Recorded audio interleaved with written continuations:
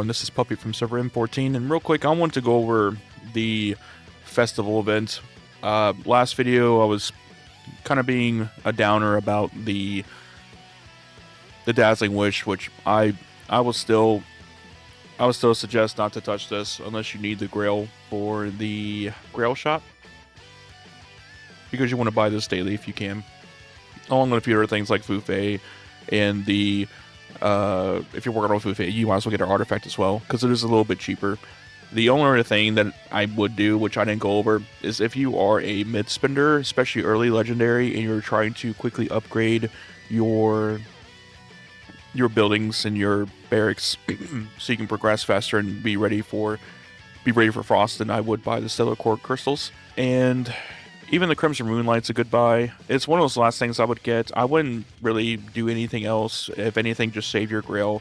But I would at least go for the 250 Grail Immortal Chest here and the Stellar Core crystals. Once you get your Academy and your barracks to level 60, then you may not have to buy these. If you're just doing things like your resource nodes here, even your Tower of Knowledge, because level 60 is not a big deal. When you get to level 60, you unlock things that you're not going to have access to anyways until a few KVKs later.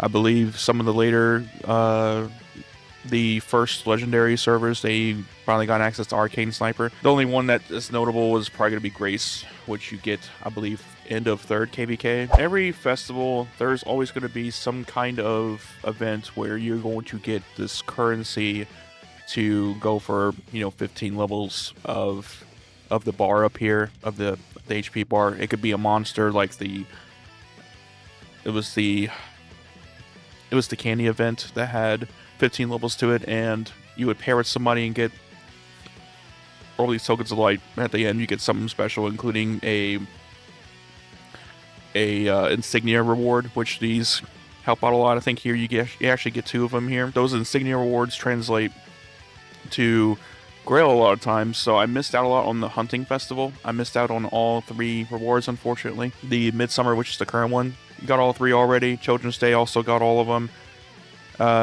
They are very important. It also contribute to your overall total collected, which when you do get 1%, when you reach 50 stars, it does make a pretty big difference. So in the fishing contest, you want at least 30k currency. Pair with someone also 30k currency, so you can then guarantee getting all the rewards. If you are a free-to-play or a very low spender, I would not greed and try to go for however much you can. Just save, and wait until you have enough to pair with someone who also has enough, so then you can both get the guaranteed token of light, because I believe you get over 100 tokens of light. Also, in the challenge shop, when you are completing the Pinnacle Trial, not the Pinnacle Trial, but the Glorious Challenge, in normal, you want to do just do your 5, and depending on what day you're on, I would get enough of these tickets here, so that you didn't have enough to buy at least the Token of Light and the Stardust. You can also consider getting the artifact schematics here. I believe you need 3,000 for these 2, 5,000 for all 3.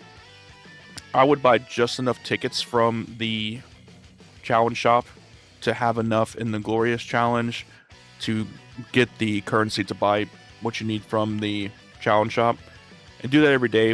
What I normally do is I will do that. I will get just enough to buy out the shop. Then when hard gets unlocked after, I believe, 3 days, it could be 3 or 4, I would then just buy out all the tickets to complete every single challenge. There was a time when we had the painting reward where you needed to do this anyways. If that does come back, there could be missions towards the final days where you may need to complete 10, which honestly, you could just do it in 2 days anyway, so that doesn't really matter. Not sure why I brought that up, but I would just wait till... This is what I do. You can do what you like. I would at least get enough currency to buy the Stardust and the Token of Light. Token of Light especially.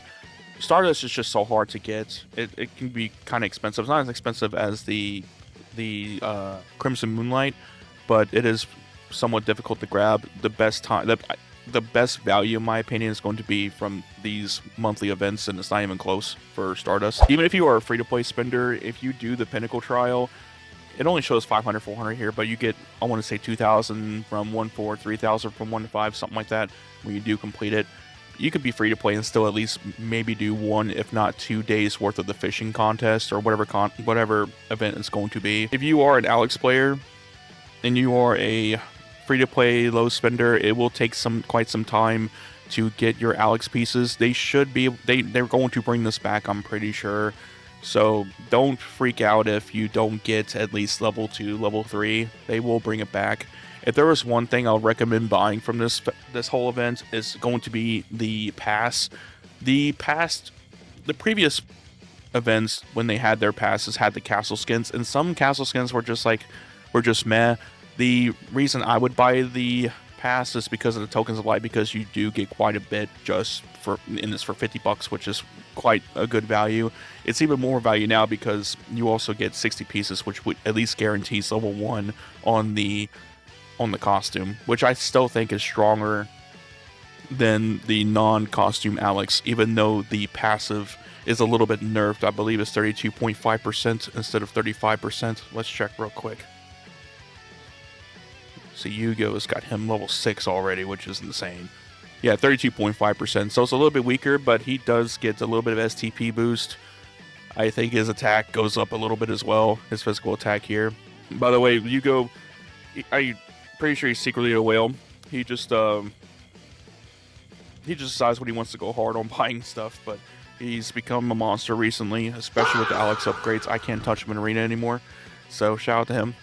Pretty strong guy. If you weren't going to spend money on the pass for some reason, and there was one other thing you can consider buying, is going to be $25 worth of the entries here.